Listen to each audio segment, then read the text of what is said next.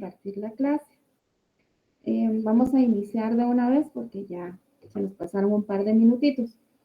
Vean, según nuestro programa, hoy nos correspondía ya entrar a lo que es el proceso contencioso administrativo, pero decidí y le pedí permiso al licenciado para que viéramos unos temas rapidísimos, así un recordatorio, pero antes de entrar al proceso contencioso administrativo, me gustaría que viéramos el proceso administrativo, porque ese no nos lo trae nuestro programa, pero sí es necesario que lo veamos, porque para llegar al contencioso administrativo tenemos que agotar la vía administrativa, ¿verdad?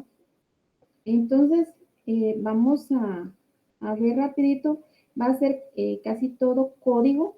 Al principio les voy a hablar así lo que ya hemos estudiado y ya cuando lleguemos a lo que es el proceso administrativo, ahí nos vamos a parar un poquito para ir explicando porque es un tema nuevo, ¿verdad? Lo demás sí, solo es para que traigamos todo el conocimiento, para que ya entremos de lleno a lo que es el contenido, ¿verdad? Todo cuesta un poquito porque hay que estarle dando ingreso a todo, ¿verdad? Bueno, vamos a iniciar, como les digo ahorita todo esto ustedes ya lo saben, nos vamos a puro código. Primero que nada, vámonos al código. En el artículo 9 tenemos lo que es el tributo. Ustedes recuerdan qué es el tributo, ¿verdad? El tributo son las prestaciones comúnmente en dinero que el Estado exige en ejercicio de su poder tributario, con el objeto de obtener recursos para el cumplimiento de sus fines. Quiero que eso les quede bien claro lo que es el concepto de tributo, el artículo 9 del Código Tributario. Ahora nos vamos a ir a las obligaciones tributarias, que las tenemos en el artículo 14. Concepto de las obligaciones tributarias. Las obligaciones tributarias constituyen un vínculo jurídico de carácter personal entre la administración tributaria y otros entes públicos acreedores del tributo y los sujetos pasivos de ella. Tiene por objeto la prestación de un tributo. Surge al realizarse el presupuesto del hecho generado previsto en la ley y conserva su carácter personal a menos que su cumplimiento se asegure mediante garantía real o fiduciaria sobre determinados bienes o con privilegios especiales. Entonces, aquí nos queda qué es la obligación tributaria. Tenemos también que tenerlo en claro, ¿verdad? Que es el vínculo jurídico de carácter personal entre la administración tributaria y el sujeto pasivo. Ahora quiero que nos vayamos al hecho generador, artículo 31. Espero que estén guiándose también ahí con su código para que podamos ir dando este repaso así rapidito y que nos quede bien entendido todo. Bueno, el hecho generador, artículo 31. Dice, hecho generador o hecho imponible es el presupuesto establecido por la ley para tipificar el tributo y cuya relación origina el nacimiento de la obligación tributaria. Recuerden que es el hecho generador. Es que el legislador crea una ley tributaria para que la aplicación sea en general para todo el territorio. Pero esto solo va a estar obligado al cumplimiento si las personas individuales y jurídicas tienen que cumplir las leyes, ¿verdad? Entonces, el hecho generador es esto, que la ley está tipificada, ¿sí? Es como la tipicidad, ese es el hecho generador. Espero que ahí vayamos bien. Ahora nos vamos a ir a los sujetos de la obligación tributaria. Los vamos a encontrar en el artículo 17. Y tenemos al sujeto activo, que este es el Estado, ¿verdad?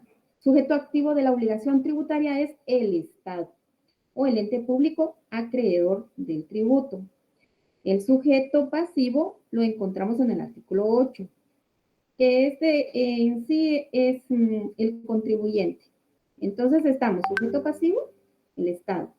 Sujeto activo, el Estado. Sujeto pasivo, el contribuyente. Como les digo, solo les estoy recordando estas pinceladas para que ustedes ya entren de lleno a lo que son los procesos. Ahora nos vamos a ir al artículo 77. En el artículo 77 tenemos quiénes son los que tienen responsabilidad. Eso no lo vimos, pero ahorita lo vamos a ver así rapidísimo y como les digo, está en su código, perdón, pero sigue entrando. Está en su código, en el artículo 77, Código Tributario. Tenemos la responsabilidad personal. La responsabilidad por infracciones es personal, salvo las excepciones establecidas en el código. Aquí también tenemos lo que son los autores en el artículo 80. Se consideran autores, 1, los que toman parte directa en la ejecución del hecho u omisión, los que induzcan directamente a otro a ejecutar una infracción y los que participen en la ejecución del hecho sin los cuales no se hubiera efectuado la infracción. Entonces, ya tenemos quiénes son los responsables. Los responsables van a ser los que cometan la infracción y los autores, los que toman parte directa, los que induzcan directamente a otro a ejecutar las infracciones y los que participen en la ejecución, mientras que sin la participación de ellos no hubiese sido posible efectuar la infracción. En el artículo 77 y 80. Bueno, ahora nos vamos a ir a los plazos. Esos los encontramos en el artículo 8.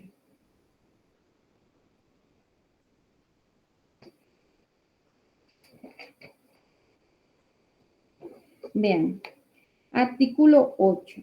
Cómputo del tiempo. Los plazos legales, reglamentarios y administrativos se contarán en la forma siguiente. 1. En los plazos legales que se computan por días, meses y años se observarán las reglas siguientes. El día es de 24 horas y empezará a contarse desde la medianoche, 0 horas. Para los efectos legales, se entiende por noche el tiempo comprendido entre las 18 horas de un día y las 6 horas del día inmediato siguiente. Y es hábil para los contribuyentes y responsables y para la administración tributaria en los casos de actividades nocturnas. Entonces, esto nos quiere decir de que aquí el cómputo es de 24 horas. Si le dicen a usted, tiene 6 horas, no van a ser 6 horas hábiles, van a ser 6 horas corridas. Este cómputo, el numeral 1, nos está hablando de tiempo corrido, 24 horas. Eso es lo que nos está hablando aquí. Espero que así lo entiendan. En la literal B, los plazos serán fijados en horas, días, meses o años y se regularán según el calendario gregoriano. Los años y los meses inmediatos siguientes terminarán la víspera de la fecha que principiaron a contarse. ¿Qué quiere decir esto? La víspera. Esa palabrita, la víspera, es un día antes. Si a usted le dicen 20 días, entonces termina el día 19. ¿Por qué? Porque es la víspera, no es el día. No, si estamos del 1 al 20, le va a terminar, su plazo será el día 19, porque está la víspera del día 20. ¿Sí? Espero que así lo entiendan. En la literal C, en los plazos designados por días, meses y años, el día en que concluya termina a la hora en que finalice la jornada ordinaria o extraordinaria de la administración tributaria o dependencia respectiva. Sin mediar en notificación, los plazos comenzarán a correr al día hábil siguiente de efectuada esta. Acá nos está refiriendo que el plazo va a terminar si la oficina la cierran a las 4 de la tarde, a esa hora es que va a terminar el plazo. Y si es de notificación, empezará a correr al día siguiente cuando empiecen sus labores, a las 8 de la mañana, 9 de la mañana. Así es, entonces. Perdón. Estamos. En la literal D, los plazos designados por hora se cuentan de momento en momento. O sea, de hora en hora. Si le están diciendo 6 horas, de 6 horas corridas, no 6 horas hábiles, 6 horas corridas. ¿Sí? Bueno, la número 2, se consideran inhábiles tanto los declarados y que se declaren feriados legalmente, como aquellos en los cuales la administración tributaria no hubiera prestado servicio al público por cualquier causa. De lo contrario, de lo cual se llevará un riguroso registro.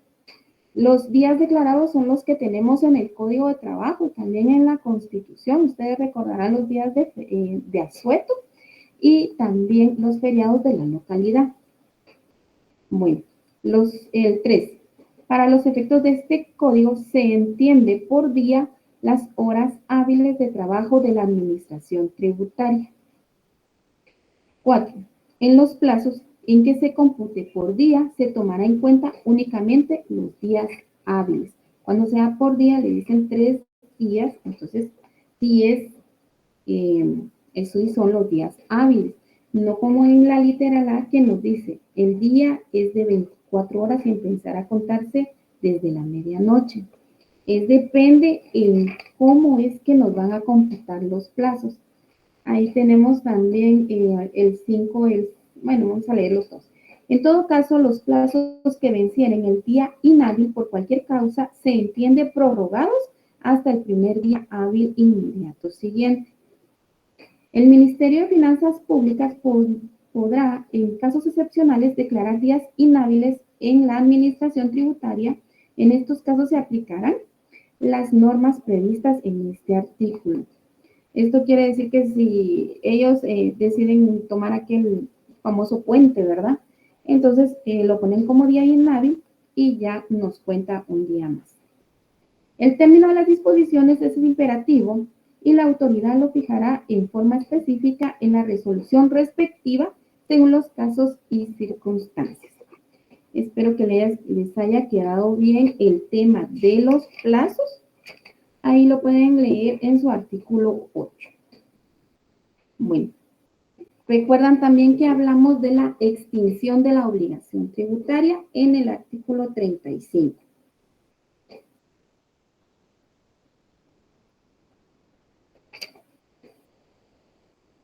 Del artículo 35 al 53 van a encontrar lo que es la extinción de la obligación tributaria. Bueno, tenemos el pago, la compensación, la confusión, la condonación o remisión y la prescripción. Recuerden, el pago es la forma extraordinaria, la forma oficial de la extinción de la obligación tributaria. Lo encuentran en su artículo 36. El pago de los tributos por los contribuyentes o responsables extingue la obligación sin perjuicio de las responsabilidades penales si las hubiera. Ahí encuentran también en el artículo 36, 37, todos hasta el 53, todo lo referente a las extinciones, eso ya lo estudiamos. Recuerden también de las prescripciones según los plazos, ¿verdad? Que también estudiamos.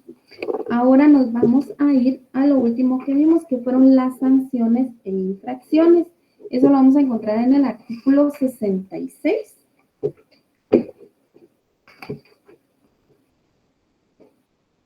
Tenemos las infracciones y sanciones generales.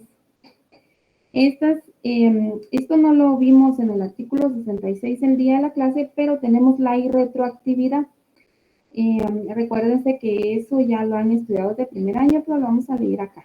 Las normas tributarias sancionatorias regirán para el futuro. No obstante, tendrán efecto retroactivo las que supriman infracciones y establezcan sanciones más benignas, siempre que favorezca al infractor y que no afecten resoluciones o sentencias firmes. Recuerden que siempre está la protección, ¿verdad? Al más débil. Y en este caso lo podríamos decir que la irretroactividad no aplica si no es en favor del contribuyente, ¿verdad? Bueno, tenemos en el 67 la aplicación. Este código será aplicable a las infracciones y sanciones estrictamente en materia tributaria, salvo lo que dispongan las normas especiales que establezcan las leyes que regulan cada tributo. Recuerdan que estábamos hablando que las sanciones que están en el código tributario, esas son sanciones, aparte de los delitos que están en el código penal.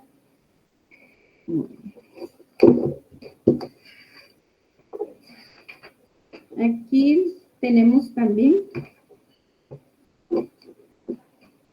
la extinción de la responsabilidad de las infracciones. Recuerdan que también lo hablamos, que es por muerte del infractor, exoneración o condenación y prescripción. Eso lo vimos el día viernes. Tenemos acá, donde en la segunda parte, en el artículo 84 en adelante, tenemos las infracciones específicas. De estas infracciones específicas nos vamos a parar un poquito porque aquí está lo que nos interesa, lo que ya nos va a mandar a los procesos. Y vamos al artículo 86, que dice cierre temporal de empresas, establecimientos o negocios. El cierre temporal de las empresas, establecimientos o negocios es la sanción que se impone a las personas individuales jurídicas, propietarias de dichas empresas, establecimientos o negocios, que incurran en la comisión de infracciones tipificadas en el artículo 85 de este código. Cuando el infractor sea propietario de varias empresas, establecimientos o negocios, pero cometa la infracción solo en uno de ellos, la sanción se aplicará únicamente en aquel o aquellos en que haya cometido la infracción. Aquí es donde nos interesa llegar. La sanción. El cierre temporal se aplicará por un plazo mínimo de 10 días y por un máximo de 20 días continuos. La sanción se duplicará conforme a lo dispuesto en este artículo y si el infractor opone resistencia o antes de concluir el plazo de la sanción viola u oculta los dispositivos de seguridad o por cualquier medio abre o utiliza el local temporalmente cerrado, al comprobar la comisión de una infracción a que se refiere el artículo 85, la administración tributaria lo documentará mediante acta y por conducto de su Intendencia de Asuntos Jurídicos presentará solicitud razonable ante juez de paz del ramo penal competente para que imponga la sanción del cierre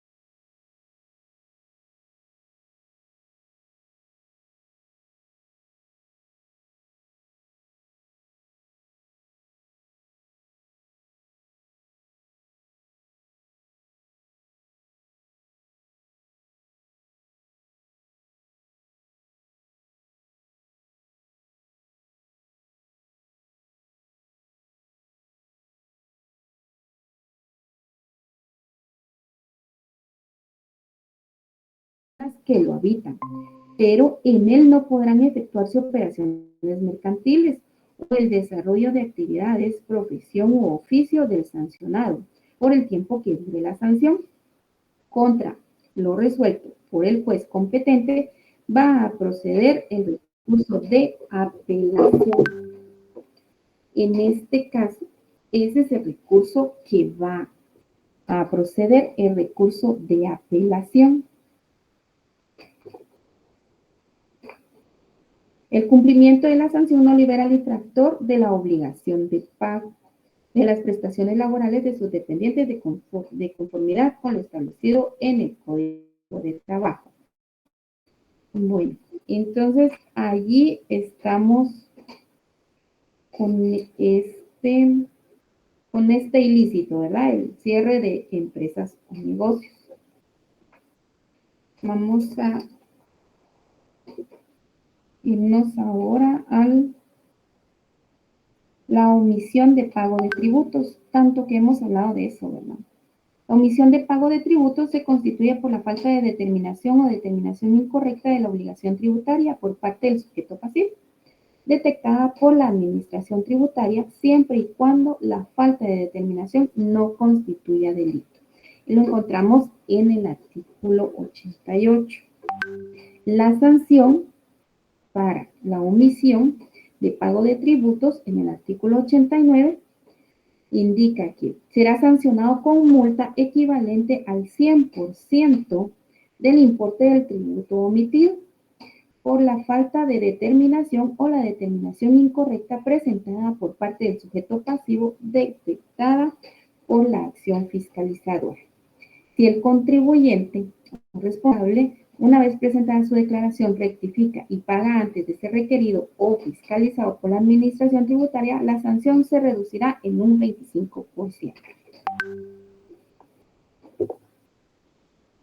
En el artículo 90 vamos a encontrar el non bis in idem. Nadie puede ser juzgado por el mismo delito dos veces. Eso lo tenemos bien aprendido, ¿verdad? Bueno, ahora nos vamos a ir al artículo...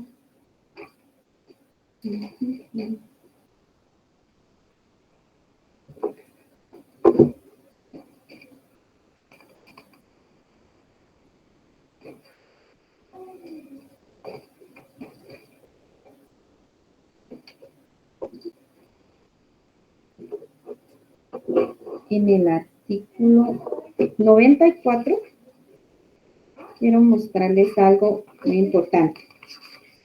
Estamos en el artículo 94 en el numeral 19. En el numeral 19 tenemos la no exhibición del protocolo por el notario a requerimiento de la administración tributaria, salvo en caso de testamento. La multa que tenemos por no exhibir nuestro protocolo a requerimiento de la administración tributaria, que nos quieren ellos llegar a fiscalizar el protocolo para ver cuánto es lo que estamos tributando y si es verídico lo tenemos que presentar, a menos que sea por testamento. Eso no se lo podemos mostrar a nadie. El protocolo es público, es de nuestra propiedad, es propiedad del Estado, pero no se lo podemos mostrar al que lo requiera, menos los testamentos. ¿Sí, Gabriela? Licenciada, buenas tardes. Sí, buenas tardes. Creo que no sé si mi ley está mal, pero según el artículo 94, numeral 19, a mí me aparece como derogado porque es inconstitucional, pero no sé. Pues el mío, fíjense que no tengo otro código. Sí, a mí también me parece declarado inconstitucional en sentencia de la Corte. Ahorita les voy a ver porque es que el mío lo presté. Y vamos a ver. Voy a tributario. Entonces ando buscando códigos. No presten sus códigos.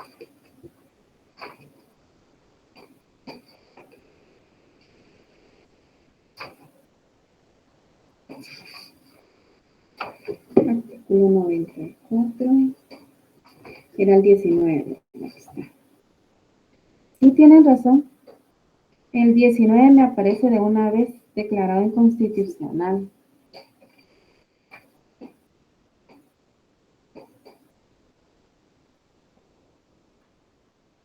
Sí, así es, tiene razón Gabriela, gracias por ahí el comentario.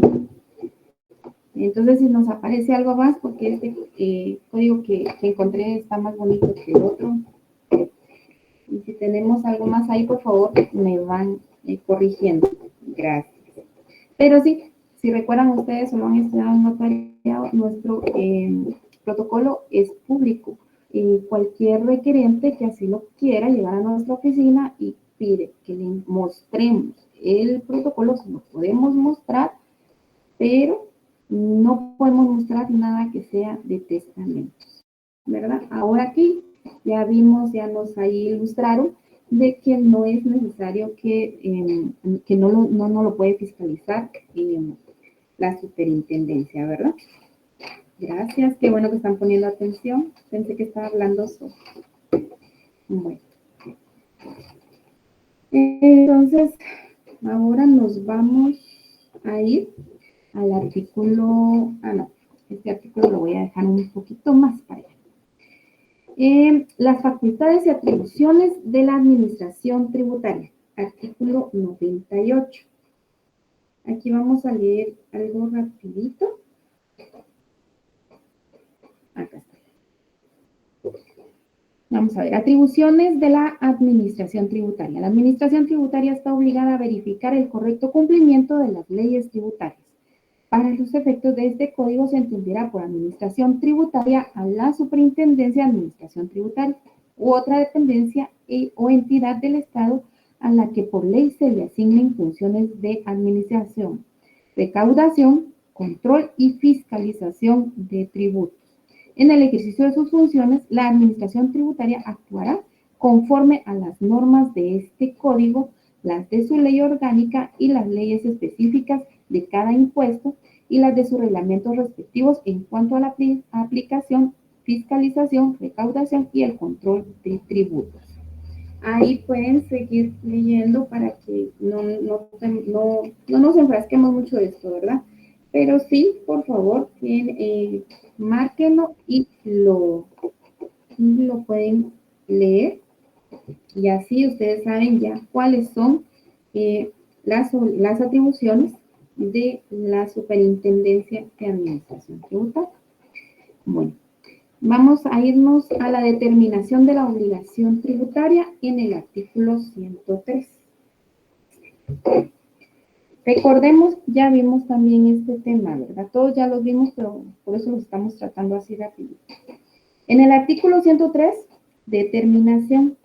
La determinación de la obligación tributaria es el acto mediante el cual el sujeto pasivo o la administración tributaria, según corresponda, conforme a la ley o ambos coordinadamente declaran la existencia de la obligación tributaria, calculan la base imponible y cuantía o bien declaran la inexistencia, excepción o inexigibilidad de la misma.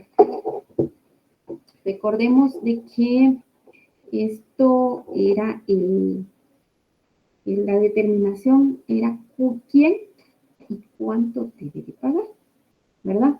Por ejemplo, los profesionales de derecho tienen una escritura, hacen una escritura, una compraventa.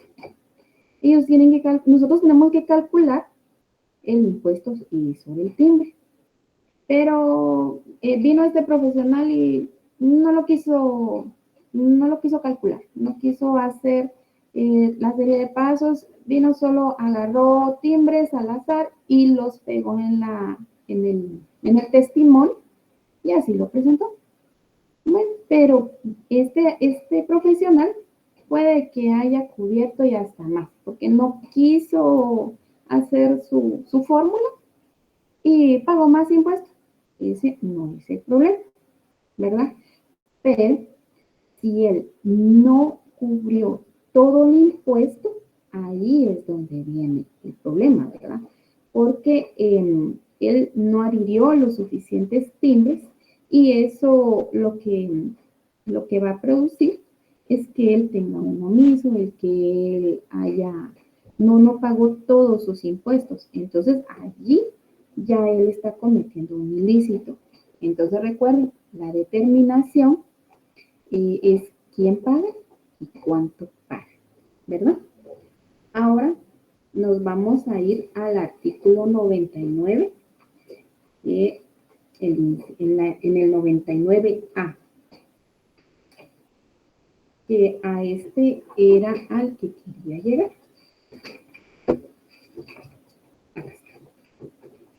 Artículo 99A. Cobro de saldos deudores líquidos y exigibles. Vean, ahorita vamos a entrar ya al tema de lo que es el proceso administrativo. En el proceso administrativo vamos a ver de que al final de todo, la administración tributaria en el juicio, en el proceso administrativo, va a terminar con un título ejecutivo.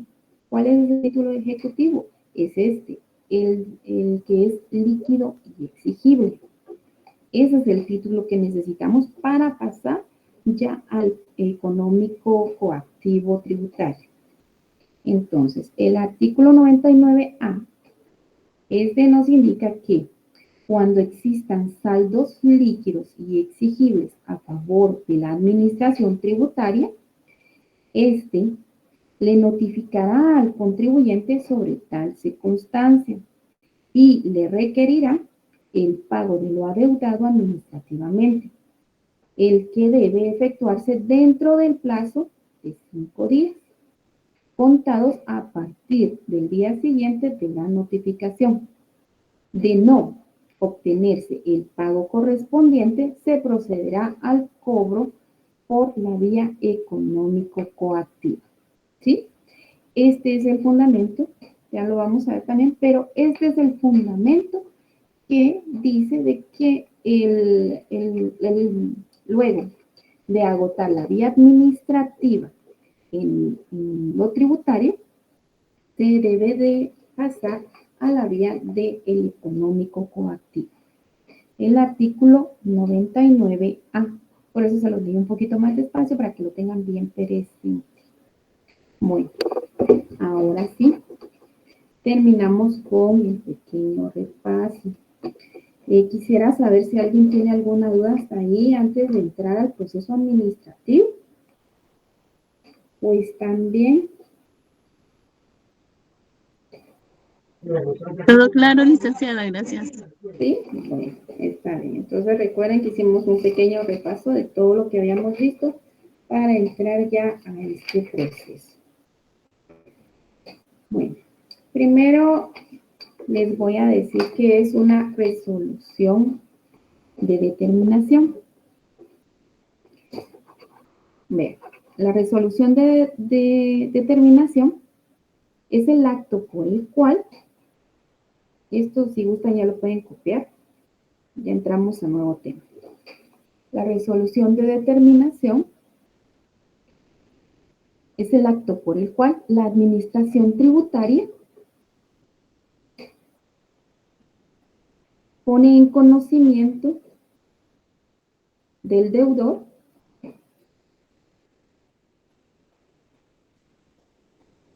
es el acto por el cual la administración tributaria pone en conocimiento del deudor tributario el resultado de su labor destinada a controlar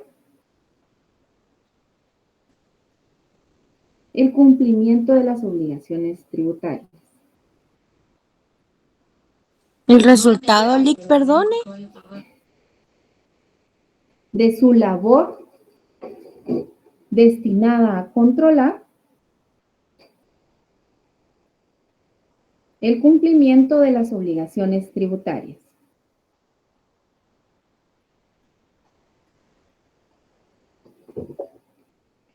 Y establece Gracias. y establece la existencia del crédito o de la deuda tributaria.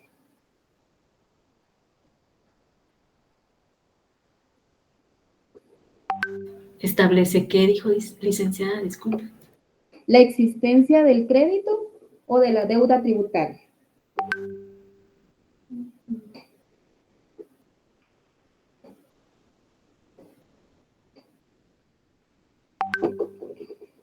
Bueno, ahora vamos a establecer qué es el proceso de determinación tributaria. ¿Qué es un proceso de determinación tributaria? Esto es un conjunto de actos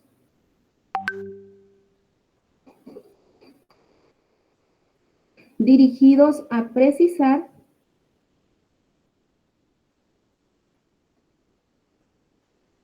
en cada caso si existe una deuda tributaria, conjunto de actos dirigidos a precisar en cada caso si existe una deuda tributaria.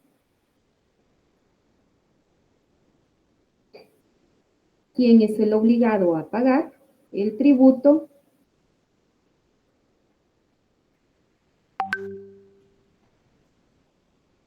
Al fisco. ¿Y cuál es el importe de la deuda? Conjunto de actos dirigidos a precisar en cada caso si existe una deuda tributaria, quién es el obligado a pagar el tributo al fisco y cuál es el importe de la deuda.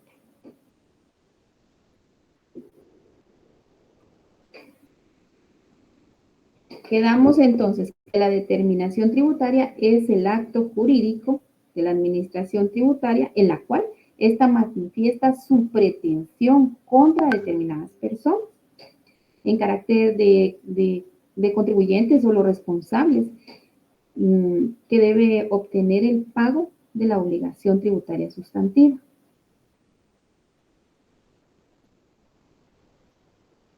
Quedamos con esto de la resolución de la determinación tributaria. Acá es la administración tributaria que dice quién es el que le debe de pagar y cómo es el que le debe de pagar, ¿verdad? Ahora ya nos vamos al proceso administrativo.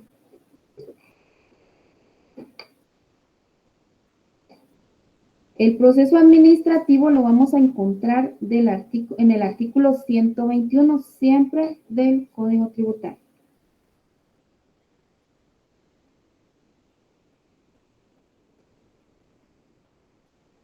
Ahí si gustan van anotando los artículos, así avanzamos y yo se los leo y vamos. Aquí solo código vamos a utilizar también, porque en el código tenemos todo lo que es el proceso. Artículo 121, naturaleza. El proceso ante la administración tributaria será impulsado de oficio. ¿Qué quiere decir esto? De que la administración tributaria no necesita que una denuncia, porque ellos son los que nos están fiscalizando, ellos mismos son los que impulsan este proceso. Las resoluciones finales dictadas en este proceso son impugnables ante los tribunales competentes. Ya sabemos que aquí hablamos de los tribunales de lo contencioso administrativo en su rama tributaria. En el artículo 122 encontramos los requisitos de la solicitud inicial. La primera solicitud que se presente ante la administración tributaria deberá de contener designación de la autoridad, funcionario o dependencia a quien se dirija. Si la solicitud se dirige al funcionario, autoridad o dependencia que no tiene competencia para conocer del asunto planteado de oficio y a la mayor brevedad posible, la cursará donde corresponda bajo su responsabilidad. No es necesario de que usted se la dio a un agente fiscal y a él no era quien le correspondía o una persona que llegó a fiscalizar, se la da a su jefe de inmediato y él la tiene que trasladar, de oficio la traslada. No es necesario que hagan otro escrito, no es necesario de que les pongan previos, no, la va a trasladar inmediatamente. Nombres, apellidos completos del solicitante indicando de ser mayor de edad, estado civil, nacionalidad, profesión, oficio y lugar para recibir notificaciones. Cuando el solicitante no actúe en nombre propio, deberá acreditar la personería. Relación de los hechos a que se refiere la petición. Petición que se formule. Lugar y fecha, firma del solicitante. Si el solicitante no sabe, no puede firmar, lo hará otra persona a su ruego. En las solicitudes posteriores no es necesario consignar datos de identidad del solicitante, salvo sus nombres y apellidos. La omisión de uno o varios requisitos, los antes numerados, no será motivo de rechazo de la solicitud. La Administración Tributaria no podrá negarse a recibir ninguna gestión formulada por escrito. Luego de recibida, podrá rechazar las que sean contrarias a la descendencia, a la respetabilidad de las leyes y de las autoridades, o que contengan palabras o frases injuriosas, aunque aparezcan tachadas. Todo rechazo deberá ser debidamente razonado y fundado en ley. Ya saben, no se puede rechazar ese escrito. En sí, todo esto debe de ser dentro de la administración. Como les digo, no es que un particular vaya a promover un proceso administrativo. Artículo 123, personería. Se puede gestionar ante la administración tributaria personalmente o mediante representante legal o mandatario. Los documentos que acrediten la representación se podrá presentar en copia legalizada. Este es en el caso de que nosotros estemos impugnando, que nos estén cobrando algo que no nos parece, como hablábamos de las impugnaciones, que no nos parezca. Entonces, nosotros podemos también apersonarnos en este sentido, en el artículo 123. En el 124, exenciones del impuesto en las actuaciones. Todas las actuaciones ante la administración tributaria están exentas del impuesto de papel sellado y timbres fiscales. Puede ser en papel simple, sin timbres, solo con firma y sello si es auxiliado con un representante legal, no con un abogado. Artículo 125. Documentos emitidos por la Administración Tributaria. Se reputarán legítimos los actos de la Administración Tributaria realizados mediante la emisión de documentos por sistemas informáticos, electrónicos, mecánicos u otros similares, siempre que estos documentos, sin necesidad de llevar las firmas originales, contengan los datos, bases legales e información necesaria para la acertada comprensión de su origen y contenido. También podrá utilizarse en los mismos firmas en forma facsimilar o impresas por otros medios. En el artículo 125 tenemos la conservación y certificación de documentos recibidos por la Administración Tributaria. La Administración Tributaria está facultada para que los documentos, registros, informaciones o archivos que reciban se digitalicen, guarden, almacenen e integren en el sistema informáticos electrónicos u otros similares que garanticen la conservación, su fiel reproducción y faciliten la gestión administrativa. Ya saben que ahora ya casi no se utiliza papel, entonces todo lo electrónico queda en los archivos de ellos. En el artículo 125b, los medios equivalentes a la firma autógrafa. La información y operaciones transmitidas por medio de comunicaciones y firmas electrónicas serán reconocidas conforme a la regulación en la materia. Ahora tenemos firmas electrónicas, ¿verdad? Entonces no es necesaria ya la firma autógrafa.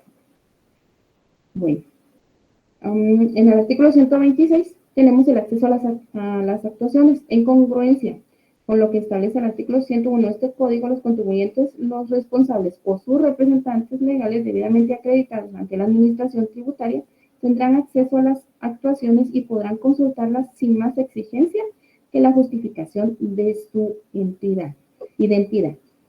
Es como cuando hay procesos en un juzgado y la información sí es pública, pero solo para los interesados, solo para los que en ese proceso. Entonces acá También es lo mismo, el acceso a las actuaciones sí es público, pero solo para las personas que actúan en el proceso. Luego tenemos en el artículo 127 las notificaciones. Eso ustedes lo han visto también en notariado. Es lo mismo acá en lo tributario, que hay obligación de notificar y se puede notificar las notificaciones las clases de notificaciones en el 129, personalmente o por procedimientos idóneos. En el 130 y las notificaciones personales, también las tenemos ahí, todo lo que es la forma de notificar. El plazo para notificar, artículo 132. Toda notificación personal se practicará dentro del plazo de 10 días hábiles, contados a partir del día siguiente de dictar la resolución de que se trate, bajo pena para el notificador en caso de incumplimiento de 10 quetzales. No saben cómo es esto, pero sí, tiene que notificar 10, contado 10 días a partir del día siguiente de las actuaciones, ¿verdad? Tenemos las notificaciones. Acá está. Ahora vamos a ir al artículo 142A, que son los medios de prueba.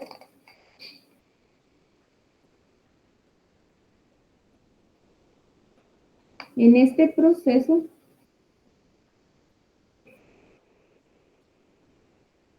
también hay diligencias y por ende se dan los medios de prueba. En las actuaciones ante la administración tributaria podrán utilizarse todos los medios de prueba permitidos en derecho. Los documentos que se aporten a título de prueba podrán presentarse en original o fotocopia simple. Para tal efecto se procederá. En el caso de la presentación de los documentos originales, el contribuyente además deberá de acompañar fotocopia simple del documento a efecto que la misma pueda ser cotejada con el original para que posteriormente sea incorporada al expediente. En el caso de la presentación de fotocopias legalizadas por notario, la administración tributaria se reserva el derecho de solicitar la exhibición del documento original para cotejar. También necesita las certificaciones contables de los estados financieros u otras operaciones contables del contribuyente. Todos los medios de prueba en derecho nos quiere decir todos los que encontramos en el Código Procesal Civil y Mercantil. Y esto de los documentos del cotejo también lo encontramos en el Código Procesal Civil. Recuerdan que el juez, en dado caso, ¿verdad? El juez, usted le puede llevar fotocopias, pero en cierto momento, si él decide, le va a pedir las originales para el cotejo. Aquí de una vez lo debe de llevar. En el artículo 143, el periodo de prueba. Cuando se discutan cuestiones de hecho, el periodo de prueba será de 30 días hábiles, en el cual no podrá prorrogarse. El periodo de prueba podrá declararse vencido antes de su finalización cuando las pruebas se hubiesen aportado y los interesados así lo soliciten. Dicen, los interesados, con esto terminé mi prueba y aquí terminó. Esto ya no quiero seguir con la prueba, ¿verdad? Entonces, ahí se puede terminar antes de los 30 días. El artículo 144 tenemos las diligencias para mejor resolver. La administración tributaria, antes de dictar la resolución, la resolución final podrá, de oficio o a petición de parte, acordar para mejor resolver que se tenga a la vista cualquier documento que crea conveniente, que se practique cualquier diligencia, que se tenga a la vista cualquier actuación que sea pertinente. Estas diligencias se practicarán dentro de un plazo no mayor de 15 días hábiles. Contra las resoluciones que ordenen las diligencias para mejor resolver, no cabe recurso alguno.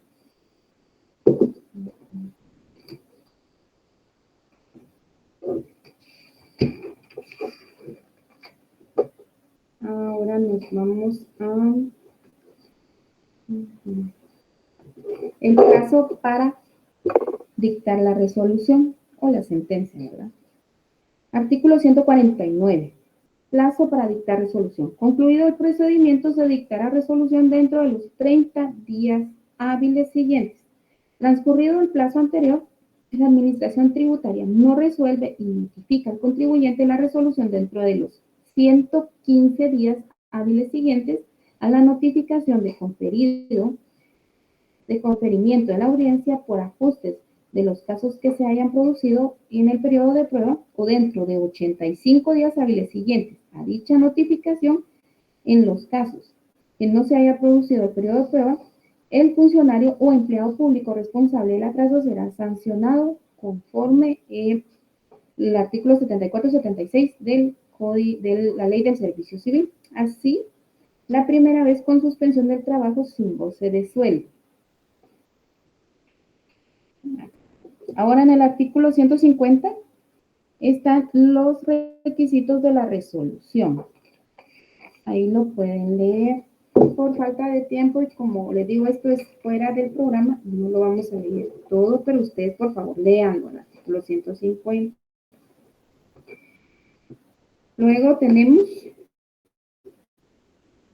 lo que es el procedimiento de restitución en el 153. Objeto y procedimiento. Los contribuyentes o responsables podrán reclamar ante la Administración Tributaria la restitución del pago en excesos o indebidamente por tributos, intereses o multas o recargos. Eso también lo comentamos, recuerdan que también se puede pedir la restitución de lo que se ha generado de más, lo que se pagó de más. Y nos vamos a ir al área de las impugnaciones. Perdón que no le leo el comentario.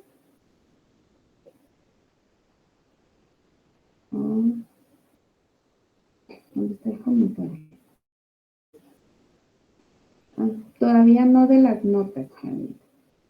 Estamos corriendo a las impugnaciones. Eso está en el artículo 154. Las impugnaciones que encontramos en los procesos administrativos está la revocatoria, está el ocurso, tenemos el trámite y la resolución de estos dos, de la revocatoria y el ocurso. También tenemos el recurso de reposición, la enmienda y nulidad. Esos son los recursos que encontramos acá. Encontramos la revocatoria. Las resoluciones de la Administración Tributaria pueden ser revocadas de oficio siempre que no estén consentidas por los interesados o a instancia de parte. El ocurso, cuando la Administración Tributaria deniegue el trámite del recurso de revocatoria, la parte que se tenga por agraviada podrá recurrir ante el Tribunal Administrativo Tributario y Aduanero de la Superintendencia de la Administración Tributaria dentro del plazo de notificación de la animatoria, pidiendo que se conceda el trámite de revocatoria. En el 156 vamos a encontrar el trámite para el ocurso y la revocatoria.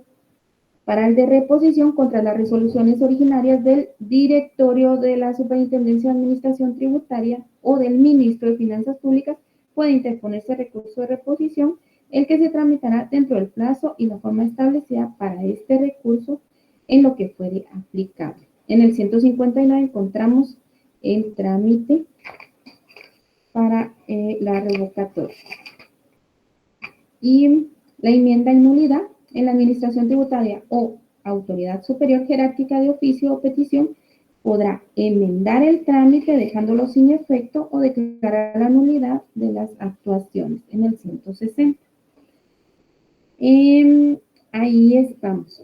Esto, como les dije, fue rapidito porque no está en el programa, pero para llegar a el contencioso administrativo definitivamente tenemos que pasar por el proceso administrativo. Por favor, léanlo y así lo tienen presente para la próxima clase. El proceso administrativo, como les dije, genera un título ejecutivo, que es el título líquido y exigible con el que se puede iniciar el proceso contencioso administrativo. Perdón lo corridito, pero espero que les haya quedado claro, o si no, pues ahí en los artículos que les dije lo pueden mejorar, ¿verdad? Sí, dígame, Héctor. Buenas noches, Linda. Solo una consulta para que quede claro. De acuerdo al artículo 99A, dice de no obtenerse, en su último párrafo, de no obtenerse el pago correspondiente, se procederá al cobro por la vía económico coactiva. Esto Así es. significa que el mismo código tributario tiene sus propias normas, como lo dice aquí en el artículo 121, el proceso administrativo. Es decir, mi consulta es, no es necesario irnos a la ley de lo contencioso administrativo, sino que esta vía económico coactiva está regulada por este mismo código. ¿Es así?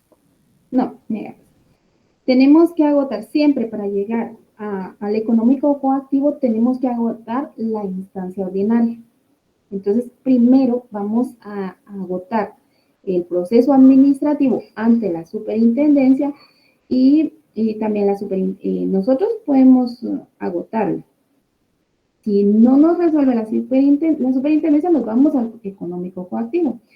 Si la superintendencia también actúa contra nosotros no tiene lo resuelto, no se logra el pago, ellos también van a ir al económico coactivo en materia tributaria.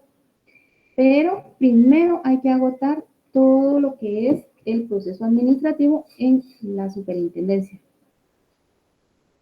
Por eso es de que el artículo 99A le dice, si no se consigue el pago, entonces con el título líquido y exigible, el título ejecutivo, donde ya finalizó este proceso en la administración tributaria, entonces ya se puede acudir al contencioso administrativo.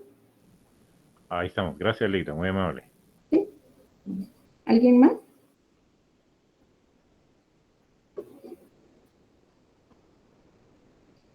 Sí, Ingrid. ¿Cuándo van a subir las notas? Perdón. ¿Cuándo van a subir las notas? Fíjese que el licenciado me dijo de que estaba en eso, de que tenía problemas con su internet, por eso era de que